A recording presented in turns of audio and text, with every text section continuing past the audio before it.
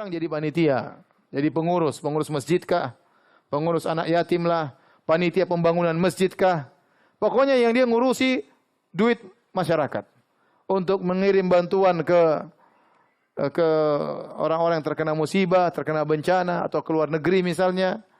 Maka hendaknya dia waspada bahwasanya dia harus berhati-hati mengurus harta tersebut dengan sebaik-baiknya. Kalau kita saja ngurus duit kita, terkadang kita pelit, kita perhitungan, kita tidak ingin uang kita terbuang sembarangan, apalagi ngurus uang orang lain. Apalagi ngurus uang orang lain. Oleh karena saya sampai baca tentang Syekh Utsaimin rahimahullahu taala, ya, bahwasanya beliau tatkala mengumpulkan dana untuk bangun masjid, bahkan kalau di uang tersebut untuk dibangun menara, beliau agak berat. Karena orang-orang tatkala memberi uang itu untuk bangun apa? Masjid. Sementara menara itu biayanya besar dan fungsinya tidak begitu besar. Menara itu biayanya besar, fungsinya tidak besar. Artinya beliau sangat berhati-hati mengurusi uang umat. Sampai disebutkan beliau tatkala membuat yayasan atau membuat suatu jum'iyah, ya, kemudian dibuat papan nama, beliau bilang jangan pakai uang masyarakat, pakai uang saya aja ya.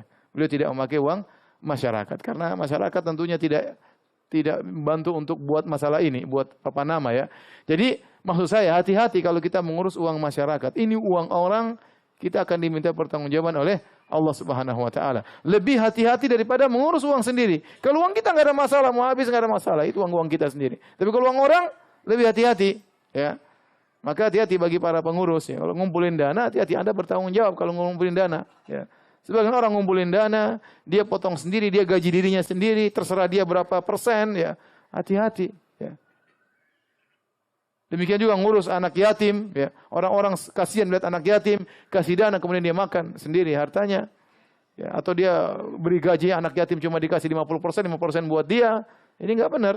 Innal ladzina ya'kuluna amwalal yatama dzulman innama ya'kuluna fi butunihim nara wa sayaslawna sa'ira. Kata dalam surat An-Nisa, sungguhnya orang-orang yang makan harta anak yatim dengan penuh kezaliman, sungguhnya mereka seperti makan masukan bara api ke dalam perut mereka dan mereka akan masuk dalam neraka jahanam. Dia hati-hati tatkala mengolah dana masyarakat.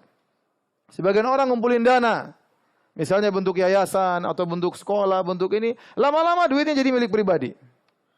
Ya, kalau orang tahu itu bangun sekolah bukan untuk umat, untuk ente, mereka tidak akan bantu ente. Orang-orang itu kasih bantuan untuk manfaat kepada masyarakat, bukan untuk antum kelola, antum ambil untung sebanyak-banyaknya, untungnya masukkan kantong pribadi.